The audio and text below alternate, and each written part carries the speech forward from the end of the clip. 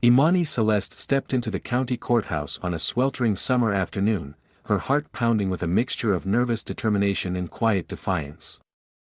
The building, a relic of an older era with its dark wooden panels and heavy, carved columns, exuded a sense of gravitas that contrasted sharply with the casual indifference of those who had long grown accustomed to its outdated ways.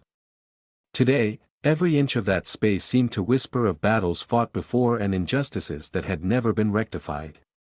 As she crossed the threshold, the murmur of the gathered crowd and the hushed whispers of onlookers created an atmosphere thick with anticipation and subtle disdain. Imani had spent countless sleepless nights preparing for this moment. Every legal brief and every precedent case she had studied had led her to this defining hour. Her attire was impeccable, a tailored charcoal suit paired with a crisp white blouse, designed not only to command respect but also to counteract the prejudiced assumptions that would soon be laid bare. Yet beneath her composed exterior, a torrent of emotions churned, the painful memories of previous encounters with a biased system mingled with an unyielding drive to prove her worth. The courtroom itself was a cavernous space where tradition reigned supreme. Rows of wooden benches filled with spectators, legal professionals, and curious citizens bore silent witness to the proceedings about to unfold. At the front, behind a raised bench, sat Judge Theodore Aldrich, a man whose reputation for unwavering conservatism and veiled contempt for anyone who challenged his authority was known throughout the county. His deep-set eyes, framed by thinning gray hair and a perpetually furrowed brow, seemed to scrutinize every detail of the room with an air of absolute entitlement. When it came time for Imani to present her argument in a wrongful termination case, one that centered on a public servant unjustly dismissed from his position, she rose to her feet with measured grace. Her voice, steady yet imbued with an undercurrent of passion, filled the room as she laid out her case. She cited landmark decisions and constitutional guarantees, interweaving them with poignant anecdotes that underscored the human cost of bureaucratic indifference.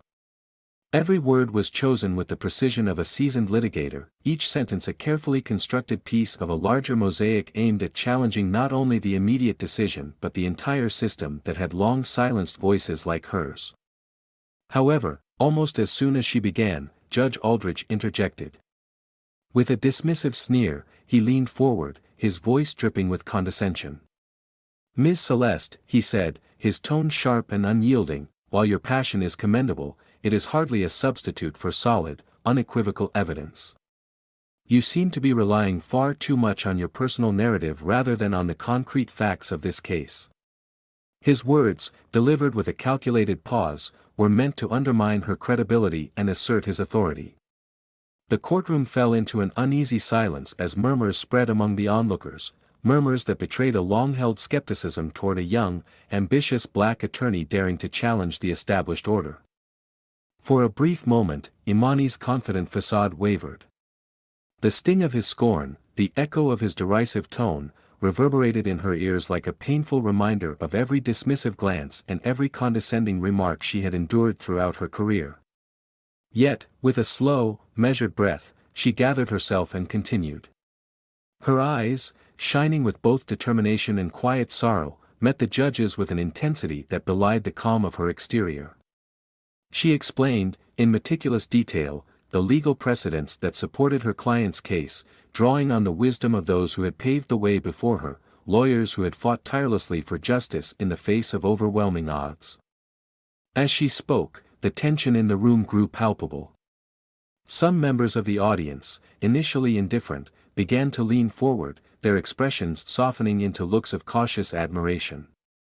Others, however, remained locked in their skepticism, their eyes fixed on Judge Aldrich as if seeking affirmation for their own doubts. The air was thick with the unspoken realization that this moment was more than just a legal proceeding, it was a microcosm of a much larger battle, one that had spanned generations and continued to rage in the shadows of institutional power. Despite her eloquent arguments and the meticulous detail of her presentation, the judge eventually ruled against her. In a tone that dripped with finality, Judge Aldrich dismissed the case on technical grounds, his words a stark dismissal of her tireless efforts.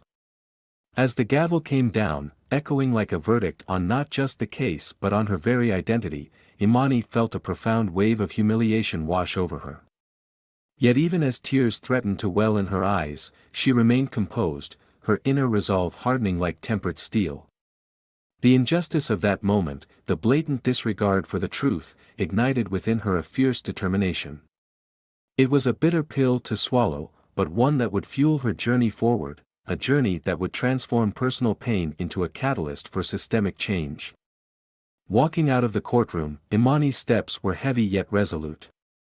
The whispers of disapproval and the cold stares of those who had witnessed her public scorn followed her as she exited the building.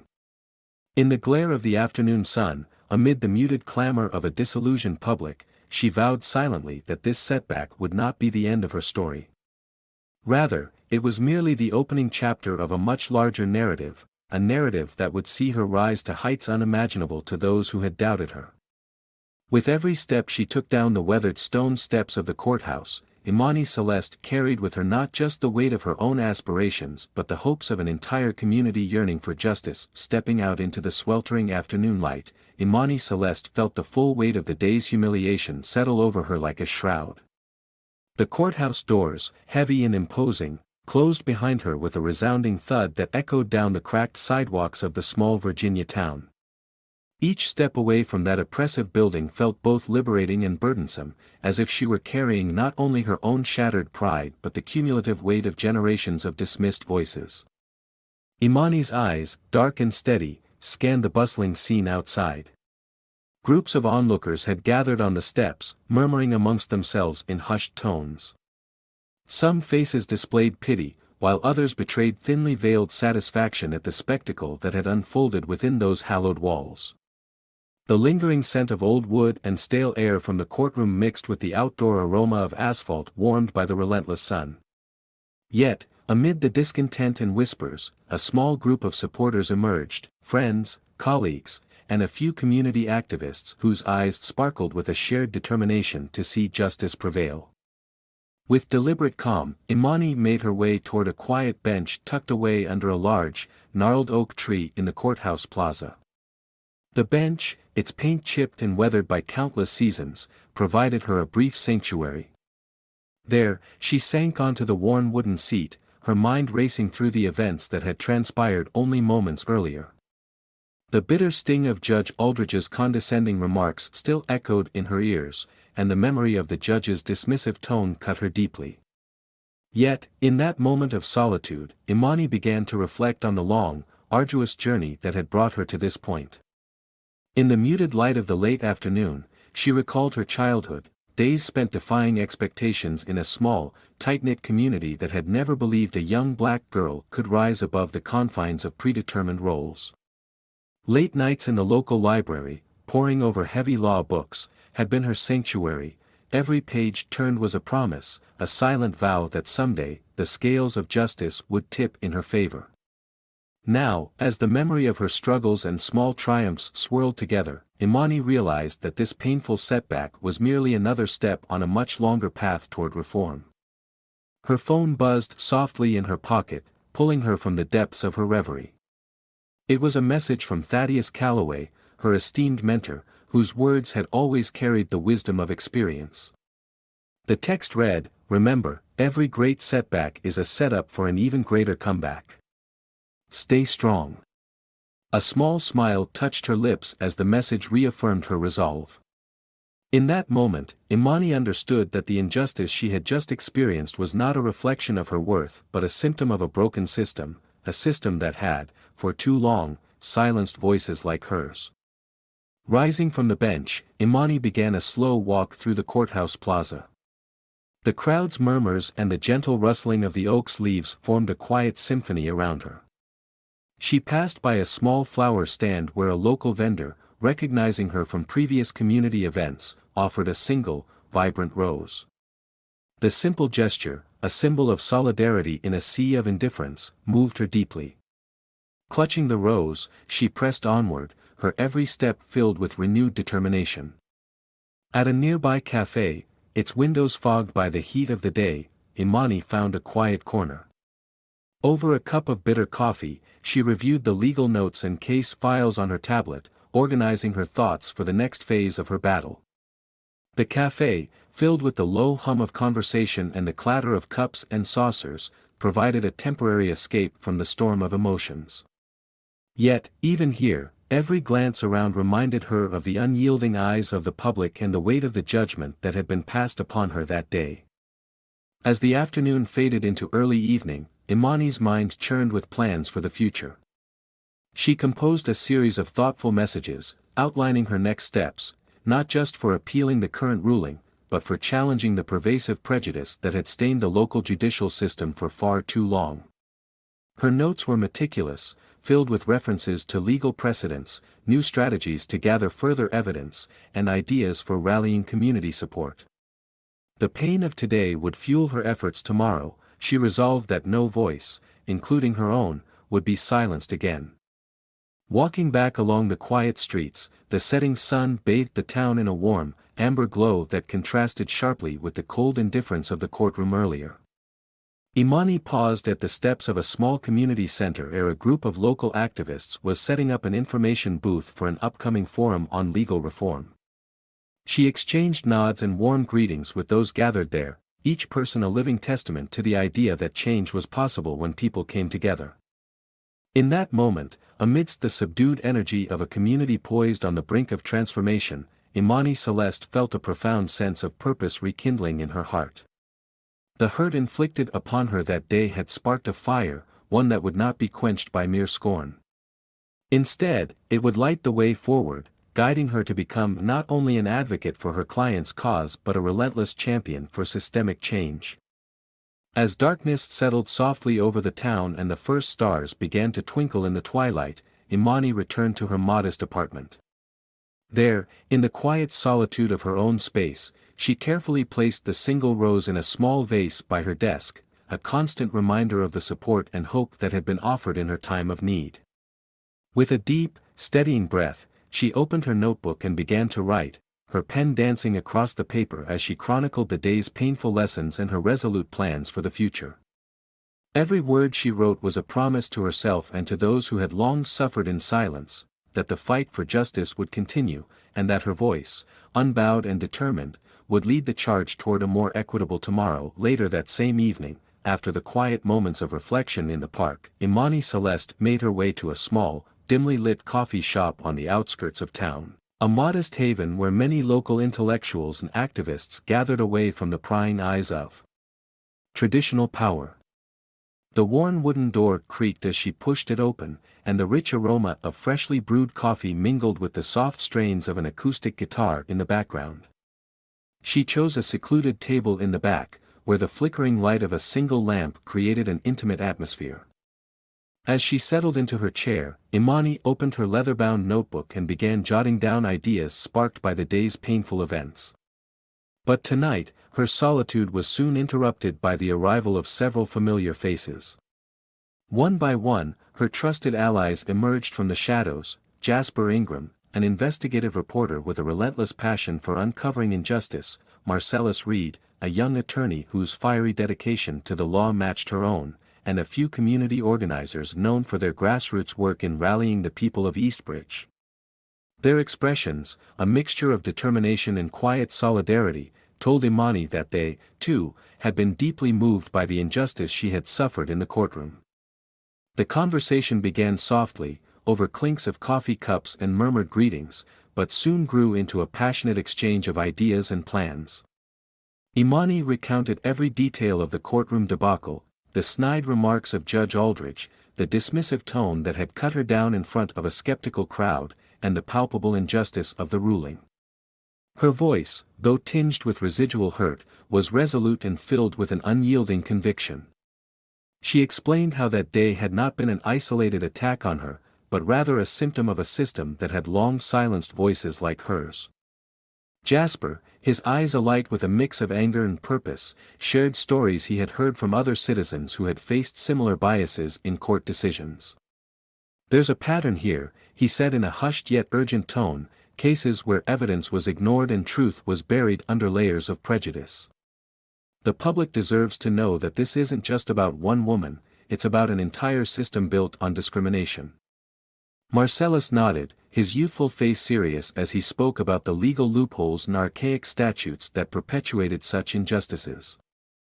We need to challenge the status quo, he insisted, by gathering every piece of evidence, every witness testimony, that shows the systemic bias at play. If we can prove that this ruling was not an anomaly but part of a larger pattern, we might force the higher courts to take notice. Throughout the conversation, Imani's mind raced with possibilities. They discussed strategies to gather new evidence, from secretly obtaining copies of old case files to reaching out to individuals who had been too frightened to speak up before. One activist suggested setting up a hotline for those who had experienced judicial bias, while another proposed hosting community forums to discuss their grievances openly. The plan began to take shape as a coalition, a diverse group united by the common goal of exposing and dismantling the prejudiced practices that had marred the local legal system. As the night deepened, their discussion turned toward the practicalities of mounting an appeal. Imani revealed that she had been meticulously reviewing the details of her case even before the hearing, and that she had discovered inconsistencies in the evidence that had been used to dismiss her client's wrongful termination suit.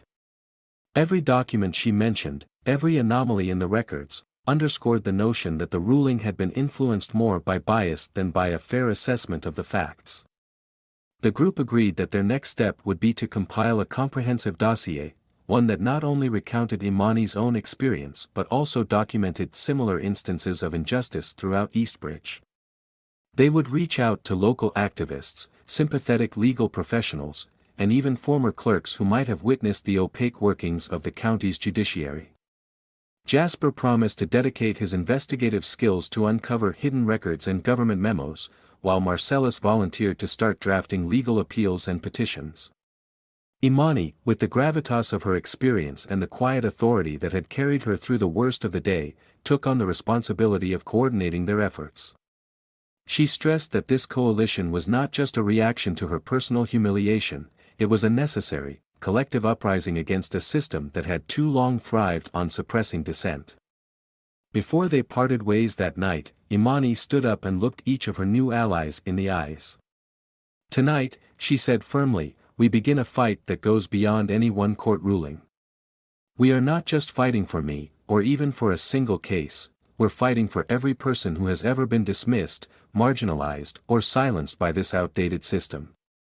Our voices will be heard, and we will bring about the change that this community so desperately needs."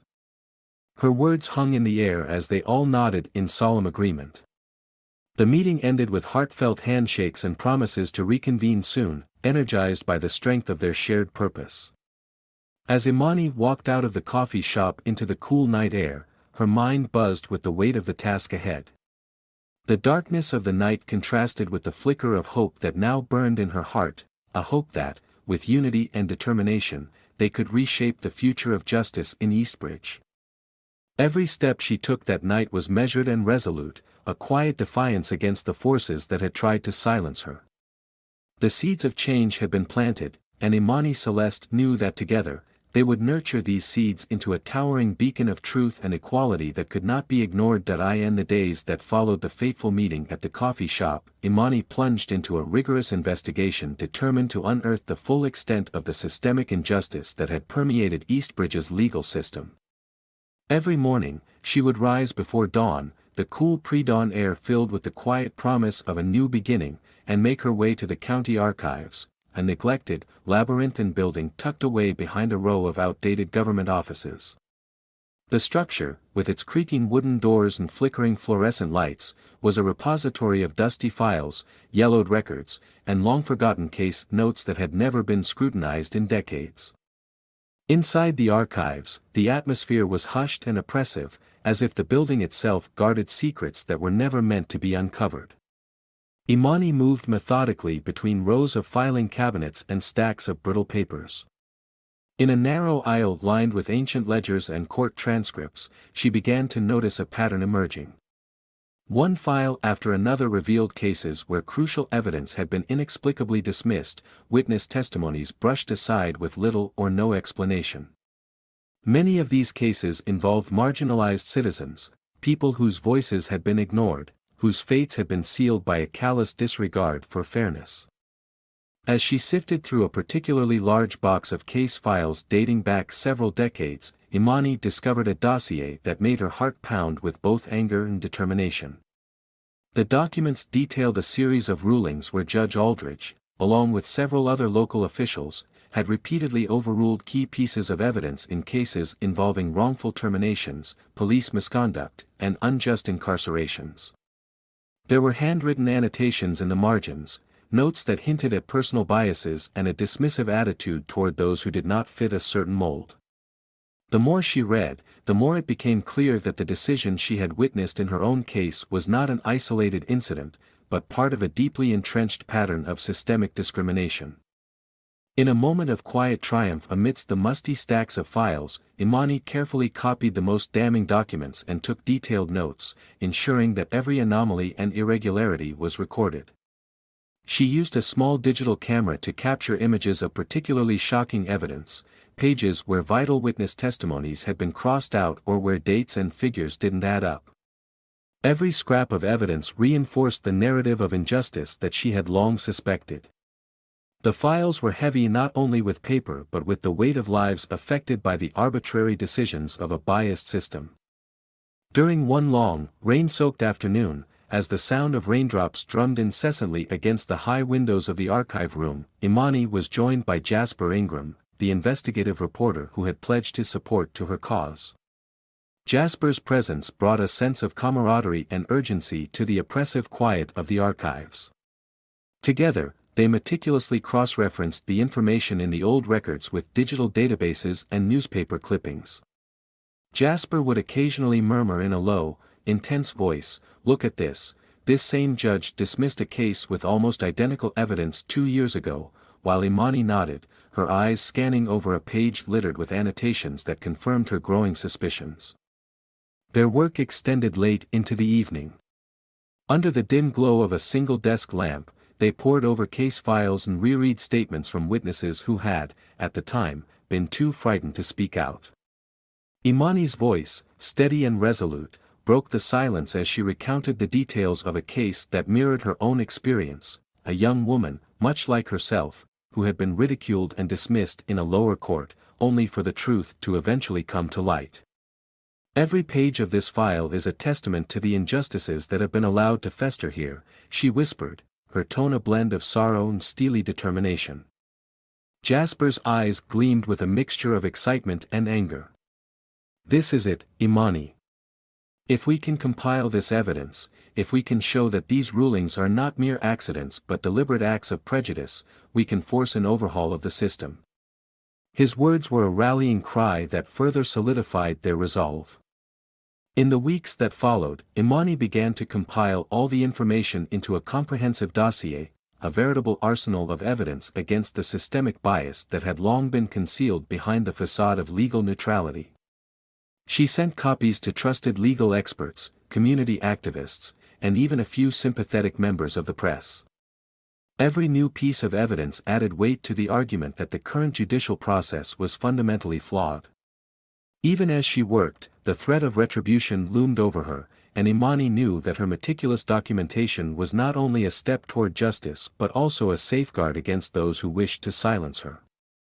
Every night, as she returned to her modest apartment, Imani would review the day's discoveries. In the quiet solitude of her study, surrounded by stacks of photocopied files and scribbled notes, she felt both the sting of past injustices and the burning promise of change. Her resolve deepened with each uncovered discrepancy and each testimony that added to the tapestry of systemic failure. The injustice of the previous courtroom ruling, the bitter words of Judge Aldrich, and the personal humiliation she had suffered were all transformed into a driving force, a commitment to ensure that every instance of prejudice, no matter how deeply buried, would be brought to light. Imani's work in the archives became more than an investigation, it was a personal crusade against a system that had long marginalized voices like hers. With every document and every recorded piece of evidence, she was not only preparing for the forthcoming appeal but also crafting a narrative of resilience and hope for her community. In that quiet, dusty archive room, surrounded by the ghosts of injustices past, Imani Celeste found the strength to stand up again, a strength that would fuel her fight for a future where every voice was heard, and justice was truly blind. Later that week, as dusk began to settle over Eastbridge, Imani Celeste's world was shaken by a palpable escalation of danger. One crisp, shadowed evening, after a long day spent meeting community members and refining the documents for her appeal, she returned to her modest apartment building. The narrow, dimly lit corridor was unusually silent, and as she reached her door, an ominous feeling crept over her. With a trembling hand, she inserted the key into the lock, and the door swung open with a harsh creak to reveal a scene of utter disarray. Inside, her small living room had been ransacked. Drawers lay open, their contents scattered in disorganized chaos across the worn hardwood floor. Papers, photocopies of critical case files and notes painstakingly compiled over weeks, were strewn about like confetti after a storm. The distinct smell of damp paper and stale air filled the space, and a single, threatening note lay conspicuously on the coffee table. Its message, scrawled in jagged ink, warned her to abandon her investigation or face dire consequences. Every word of that note reverberated through Imani's heart, igniting a mixture of fear and defiant anger. In that moment, as she stood amidst the wreckage of her hard-won evidence, a cold determination took root. This wasn't merely a random act of vandalism, it was a calculated message from those who wished to silence her voice and preserve their outdated power. With methodical care, Imani gathered what remained of her documents, ensuring that even if some pieces were lost, her central dossier would remain intact. Her eyes, though wet with unshed tears, shone with a fierce resolve. She knew that this attack was designed to intimidate her, but it would only strengthen her commitment to exposing the systemic injustice that had haunted Eastbridge for so long. Unable to remain alone for long, Imani reached out to her closest allies. That same night, in a discreet, nondescript warehouse on the edge of town, a place they had arranged as a secure meeting spot, she met with Marcellus Reed, Jasper Ingram, and Lorenzo Finch. The atmosphere in the room was tense. The low hum of conversation was punctuated by the palpable worry on every face. Marcellus recounted how he, too, had received anonymous warnings over the past several days. Jasper's expression was grim as he shared that several local businesses had reported suspicious activity around their premises, dark vans idling near storefronts and unknown figures lingering in shadows. Lorenzo, ever the vigilant investigator, presented footage he had managed to retrieve from a security camera near Imani's apartment. The grainy video showed a group of individuals, faces obscured by hats and scarves, lurking near her building mere hours before the break-in.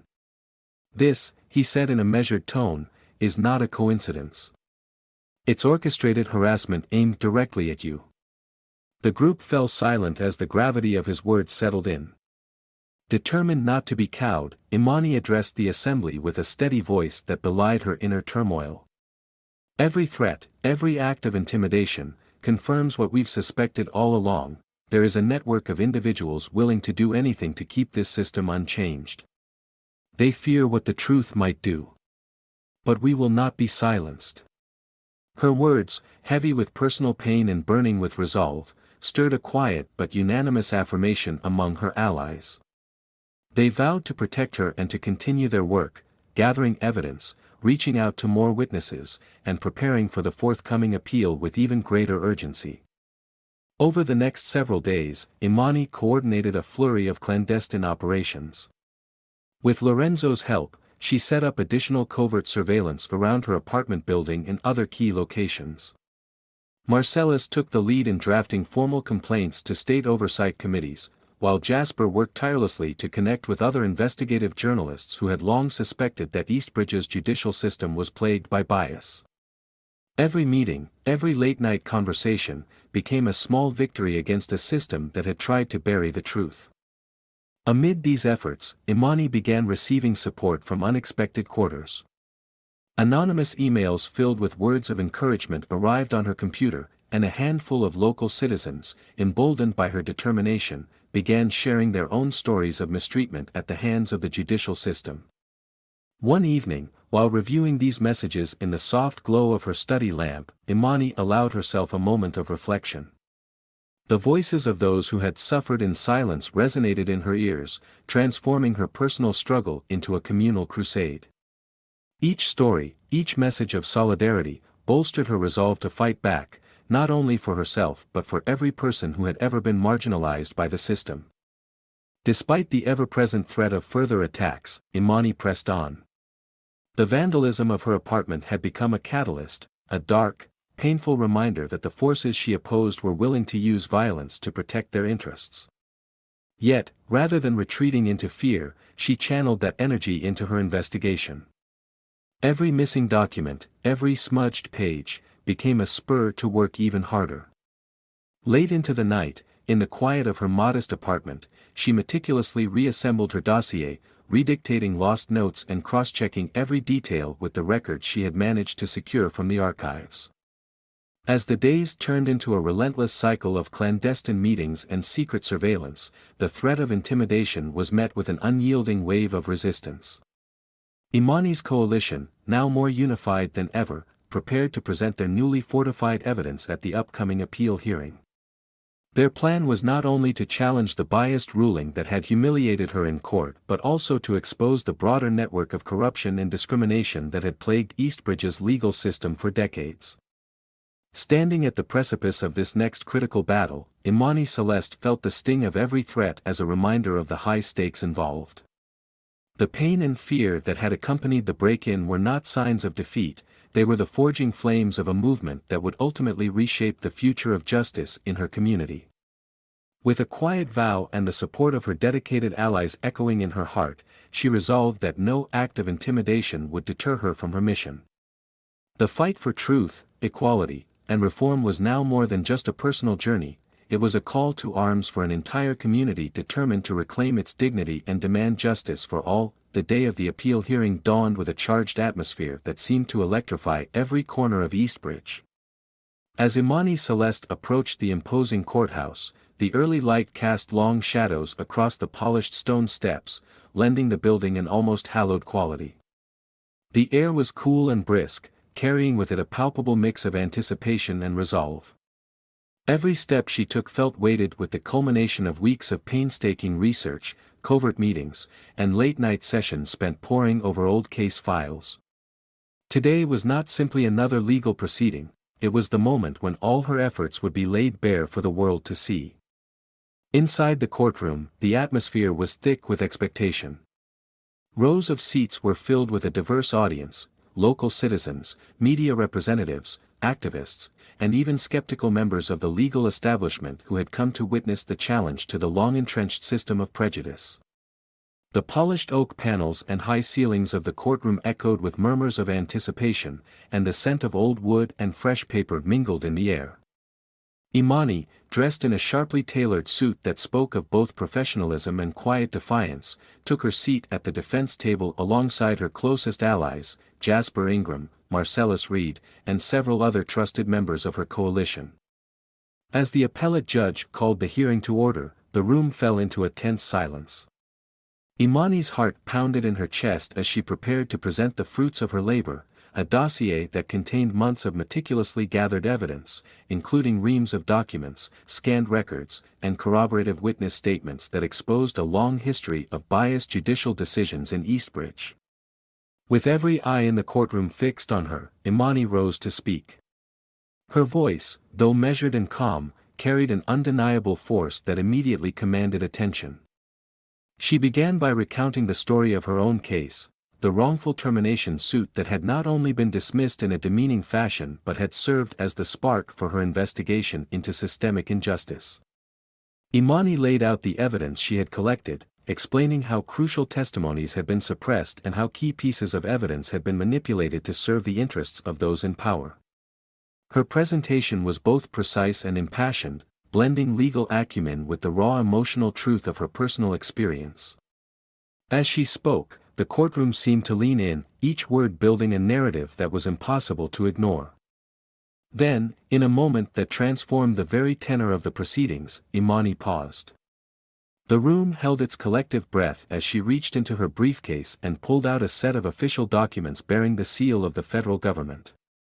With a steady gaze, she addressed the assembled panel, I stand before you today not only as a dedicated attorney fighting against local injustice but as the United States Attorney assigned to our region, a position entrusted to me by the federal government to ensure that the law is upheld without bias, without prejudice.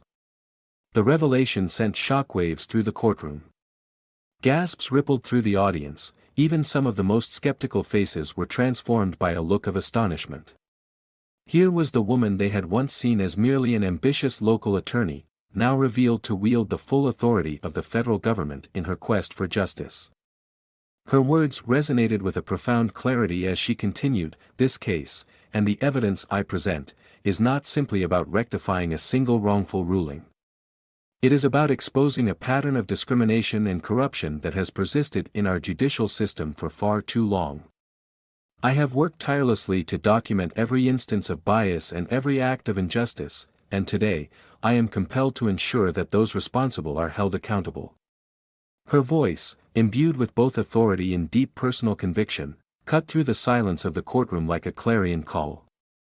The appellate judges, previously so confident in their dismissive stance, now scrutinized the dossier with renewed interest. Imani proceeded to systematically present the evidence, photographs of redacted case files, affidavits from former clerks and intimidated witnesses, and detailed records that chronicled decades of similar injustices. Each piece was introduced with careful legal explanation, its relevance to the case underscored by her precise articulation of constitutional principles and legal precedent. The room was silent except for the quiet rustling of papers and the occasional low murmur of approval from the gallery. As the hearing progressed, the atmosphere shifted from one of tension to one of tentative hope. Members of the public who had gathered outside and streamed the proceedings online were beginning to understand the magnitude of what was being revealed. Imani's unmasking of the truth was more than a personal vindication, it was an undeniable indictment of a system that had long been manipulated by bias. The judge, whose earlier tone had been steeped in condescension, now asked pointed questions, his voice reflecting a mix of genuine curiosity and reluctant admiration. When the hearing finally adjourned for a brief recess, the impact of Imani's revelation lingered in the charged silence that filled the courtroom. Reporters scribbled furiously, and social media exploded with the news of a U.S. attorney challenging local judicial misconduct on a national stage. For Imani, that brief pause was a moment of quiet triumph, a validation of every sacrifice, every sleepless night spent compiling evidence, and every painful reminder of the discrimination she had endured. During the recess, as she gathered her thoughts and reviewed her notes with a mixture of exhaustion and resolve, Imani's mind raced with visions of the future. She knew that today was a turning point not only for her own case but for the broader movement for judicial reform in Eastbridge. Her colleagues, her coalition, and the countless citizens who had silently suffered under an unjust system now looked to her as a beacon of hope, a symbol of the power of perseverance in the face of entrenched prejudice. As the recess ended and the proceedings resumed, Imani sat quietly for a moment, her eyes reflecting a mixture of steely determination and quiet dignity. She knew that the battle was far from over, but that with the truth now in the open, the path to justice had never been clearer. In that moment, amid the intense scrutiny of federal judges, local reporters, and a community that had long been silenced, Imani Celeste's voice rose above the din, a testament to the transformative power of truth and the relentless pursuit of justice that in the days following the dramatic appeal hearing, the entire community of Eastbridge seemed to awaken to a new reality. The news of Imani Celeste's groundbreaking revelation and the subsequent overturning of the previous ruling spread like wildfire. Everywhere one looked, television screens, newspapers, and online platforms buzzed with the story of a fearless attorney, now a U.S. attorney, who had exposed decades of bias and corruption in the local judicial system. The ripple effect was immediate and profound. Across the town, protests began to form outside the courthouse. Groups of citizens gathered, their voices united in chants for accountability and reform. Banners held high red messages like, "Justice for all," and "End the bias," and the air vibrated with the collective determination of a community that had long felt neglected. Activists organized peaceful marches through downtown Eastbridge, drawing attention not only to Imani's case but to a broader call for systemic change. Social media exploded with hashtags that celebrated her courage, and even those who had once been indifferent now found themselves speaking out against long-standing injustices. Inside the corridors of power, the fallout was equally seismic. The appellate panel's decision prompted immediate action at higher levels of government. State officials, under mounting public pressure, launched a comprehensive investigation into the practices of the county's judicial system. Rumors spread that several high-ranking local judges were to be questioned, and within days, news broke of the resignation of Judge Aldrich, whose biased rulings had been a symbol of the old guard. His departure was seen as a necessary step toward cleansing the tarnished reputation of Eastbridge's courts, a symbolic severance from a past that had too long been steeped in prejudice. For Imani, the victory in the appellate hearing was bittersweet. In her modest office at the community center, she received phone calls and messages from across the state. Colleagues in the legal community, who had long harbored doubts about the integrity of the system, now expressed their support openly. Young lawyers, inspired by her resolve, reached out with offers to join her burgeoning coalition. Even members of the public, citizens who had previously felt powerless, now came forward to share their own stories of injustice.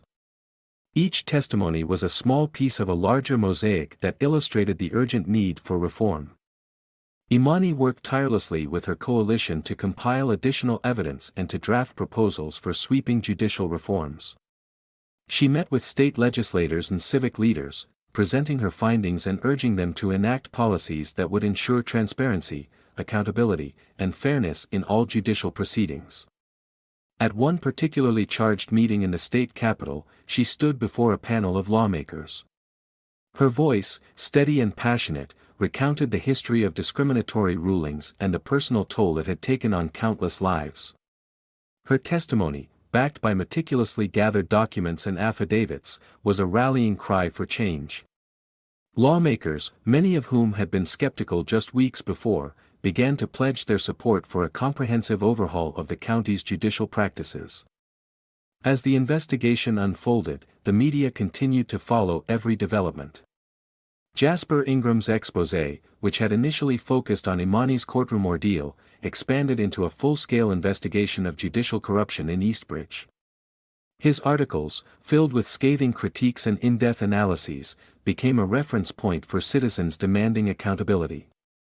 Jasper's work, combined with the testimonies of former clerks and victims, painted a damning picture of a system that had been rigged to protect its own. The national spotlight not only validated Imani's struggle but also forced a reckoning within the local legal community. At public rallies and town hall meetings that followed, Imani became a symbol of resistance and hope. She traveled across Eastbridge, meeting with community groups and listening intently as people recounted their own experiences with injustice. In one memorable town hall held in a refurbished community center, an elderly woman, who had once lived in fear of retribution from local authorities, stood up to speak. With tears in her eyes, she thanked Imani for giving her the courage to demand her rights, for showing that change was possible. Her heartfelt words stirred the crowd, and by the end of the evening, the community had forged a collective promise to stand together against discrimination.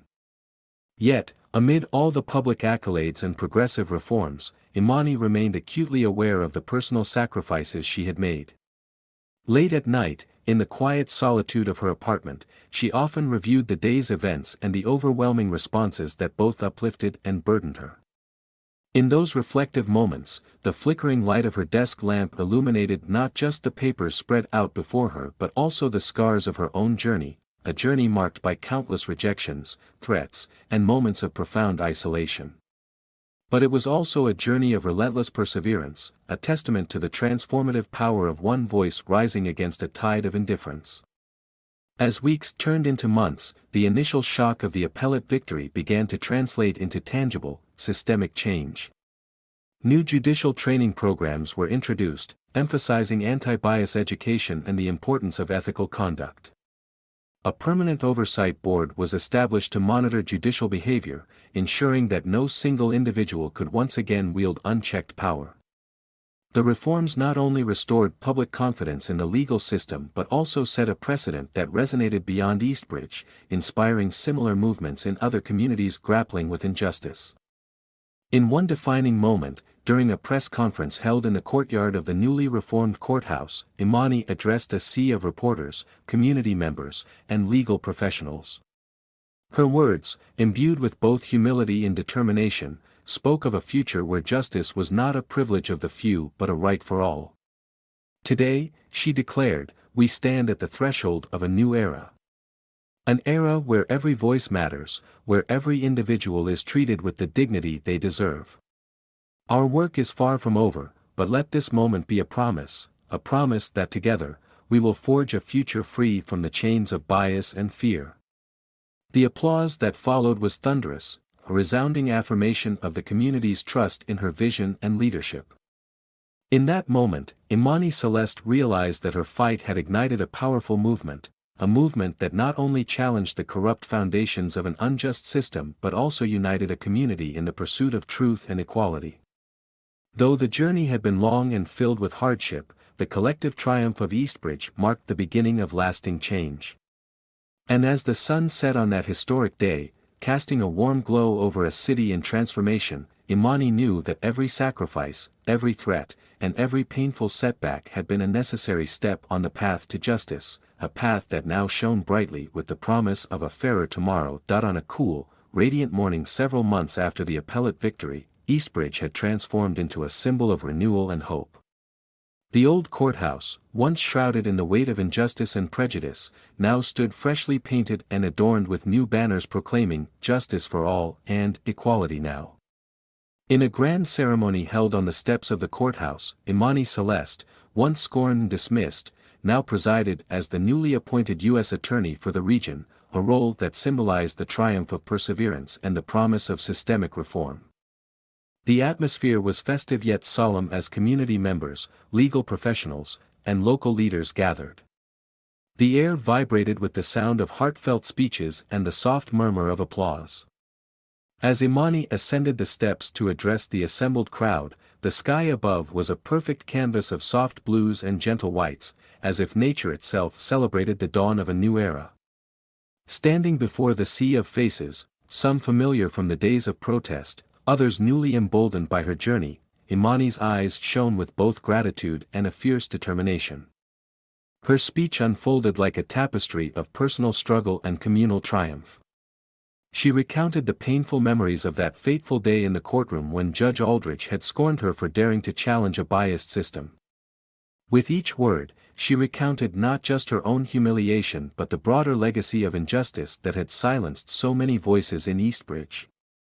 Yet, rather than focus on bitterness, she wove a narrative of transformation, of how that moment had ignited a fire within her, leading to relentless investigations, the gathering of undeniable evidence, and ultimately, to a movement that could no longer be ignored.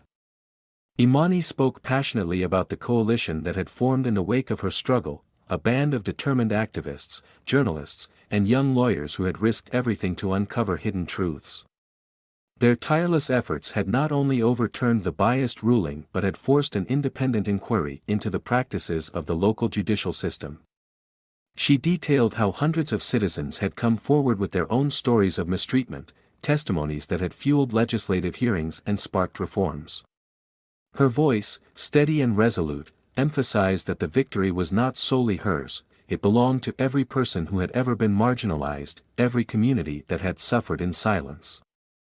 As she concluded her address, the crowd erupted in applause so profound that it seemed to shake the very foundations of the courthouse. Amid the clapping and cheering, Imani's heart swelled with the knowledge that the fight for justice was far from over, but that significant progress had been made. Over the past months, sweeping reforms had been enacted, new anti-bias training programs were introduced for judges and law enforcement officers, an independent oversight board had been established to monitor judicial conduct, and the local government had allocated funds to support communities affected by systemic discrimination. Later that afternoon, in a quiet moment away from the public eye, Imani found herself in a small conference room with several key figures, community leaders, reform advocates, and even a few reformed members of the judiciary. They discussed plans to ensure that the momentum would not falter, setting up educational programs and legal clinics to continue empowering the disenfranchised. There was a palpable sense of camaraderie, as if every person in the room shared the understanding that the victories of the past months were merely stepping stones toward a more equitable future. One of the most poignant moments of the day came when a soft-spoken elderly man, whose life had been forever altered by decades of biased rulings, approached Imani. With eyes brimming with tears, he grasped her hand and said, "You have given me hope, Detective, no, Attorney Celeste, you have given all of us hope that we matter. My struggles, my pain, will now have meaning because you fought for us." His words, laden with raw emotion, were met with a gentle, knowing smile from Imani, a silent promise that she would never let the voices of the marginalized fade into obscurity. As twilight descended, the celebration gradually wound down into quiet gatherings and heartfelt conversations on the courthouse steps. Families and friends lingered, sharing stories of past injustices and newfound dreams for the future. The transformed courthouse stood as a beacon against the dark backdrop of what had once been a system rife with prejudice. In the soft glow of the evening, Imani walked slowly among her supporters, each step a testament to her enduring spirit and the collective power of a community united by hope. Back in her modest office, now adorned with mementos of the journey, photographs, thank-you letters, and newspaper clippings celebrating the reforms, Imani sat quietly for a long while. She reflected on the long road that had brought her here, the bitter courtroom humiliation, the perilous nights of gathering evidence, the relentless threats, and the unwavering support from those who believed in justice. Every hardship had been a lesson, every setback a stepping stone, and now, the future gleamed with promise. In that reflective solitude, Imani penned a final note in her journal, a message to her future self and to all who would follow in her footsteps. Let this be a reminder that even in the face of relentless scorn and systemic injustice, one voice can spark a revolution. May we always stand strong, united in our pursuit of truth, dignity, and equality. As the night grew deep and the courthouse lights slowly dimmed, Imani Celeste, now a celebrated U.S. attorney and a symbol of transformative justice, closed her journal and looked out the window at the quiet, resilient city of Eastbridge. The promise of tomorrow shone in the darkness, a future built on the enduring belief that justice, when pursued with unwavering courage, could indeed change the world.